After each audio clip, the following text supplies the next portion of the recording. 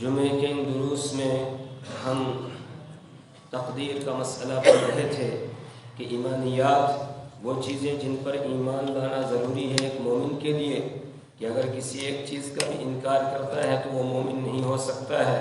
وہ 6 ہیں جن کو رسول پاک صلی اللہ علیہ وسلم نے حدیث جبرائیل میں بیان فرمایا کہ ایمان یہ ہے ان تؤمن باللہ وملائکتہ وکتبہ ورسلہ والیوم الآخر والقدر خیرہ وشرہ من اللہ تعالی، کہ ایمان یہ ہے کہ تم ایمان لاؤ اللہ پر، ان تؤمن باللہ وملائکتہ اور اس کے فرشتوں پر، وکتبہ اور اس کی کتابوں پر، ورسلہ اور اس کے پیغمبروں پر، والیوم الآخر اور آخرت کے دن پر ایمان لاؤ، والقدر خیرہ وشرہ من اللہ تعالی، اور 6 نمبر پر فرمایا وان تؤمن بالقدر خیرہ وشرہ من اللہ تعالی۔ اس کو الگ سے یعنی دوبارہ ایمان کا لفظ تؤمن کا لفظ لایا، وتؤمن بالقدر خیرہ وشرہ من اللہ تعالی، اور تو ایمان لائے اس بات پر کہ اچھی اور بری تقدیر اللہ کی طرف سے ہے۔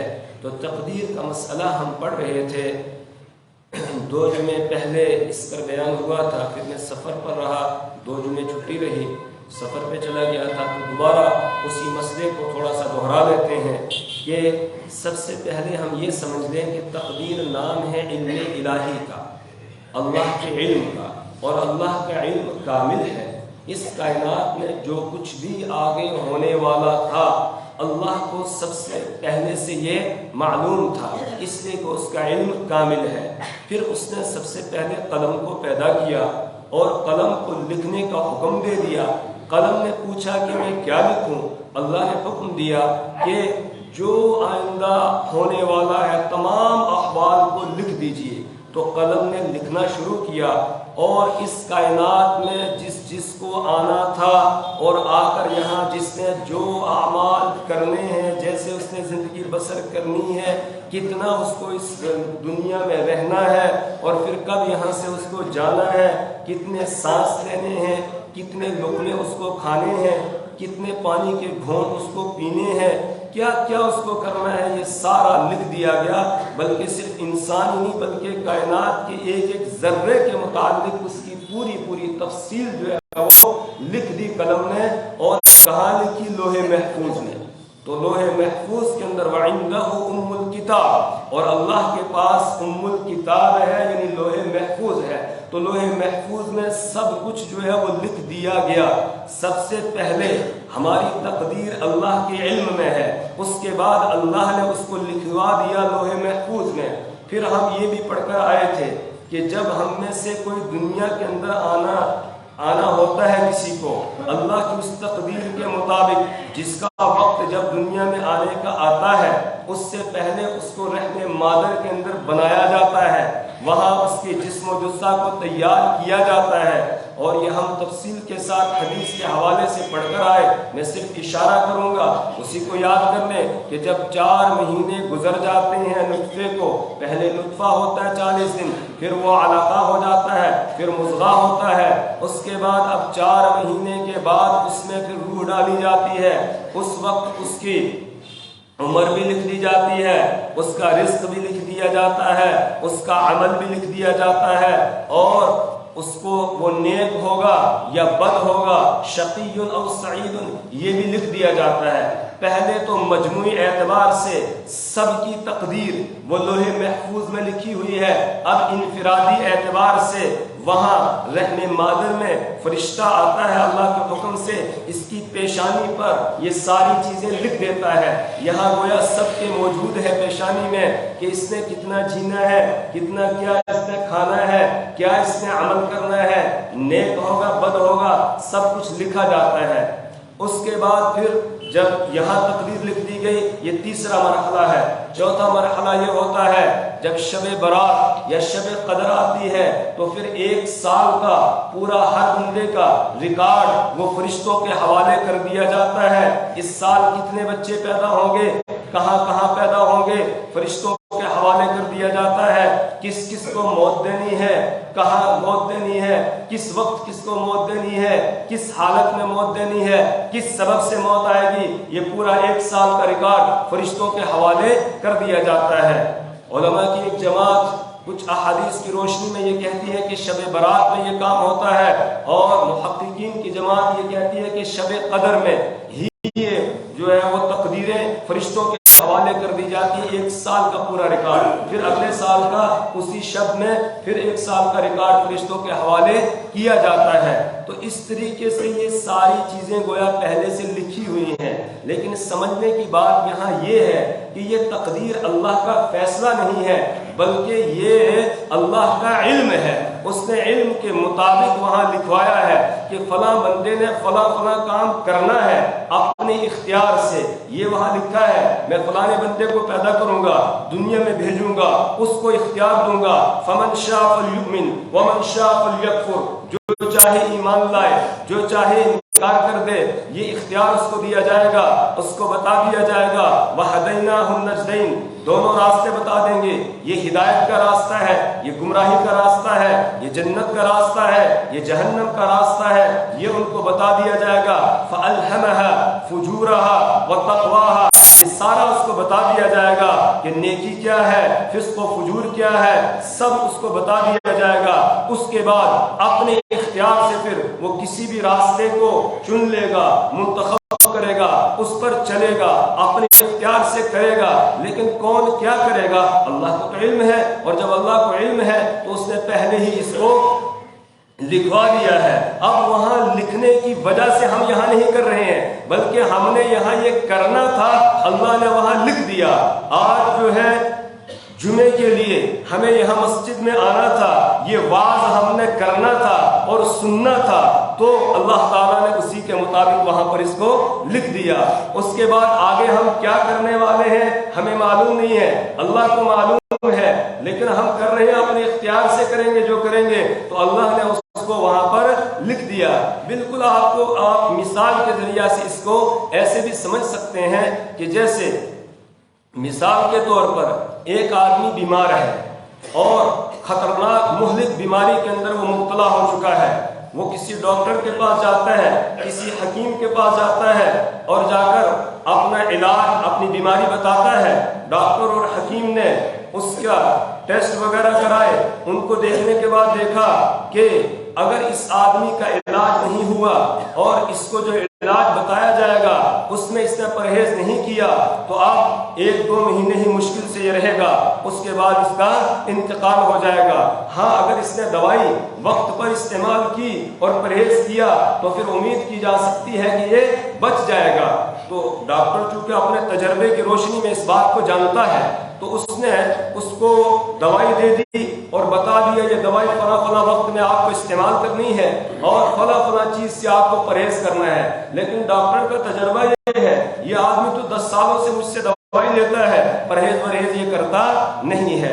تو اب ڈاکٹر نے اپنی ڈائری کے اندر لکھ کے رکھ لیا کہ یہ آدمی 2 مہینے زیادہ سے زیادہ زندہ رہے گا، اس کے بعد اس کی موت واقع ہو جائے گی، کیونکہ وہ جانتا ہے اس نے پرہیز تو کرنا نہیں ہے۔ اب لکھ کے اس نے ڈائری میں رکھ دیا، ایسا جیسے اس نے لکھا تھا اسی طرح ہوا، اس نے پرہیز کیا نہیں، 2 مہینے کے بعد اس کا انتقال ہو گیا۔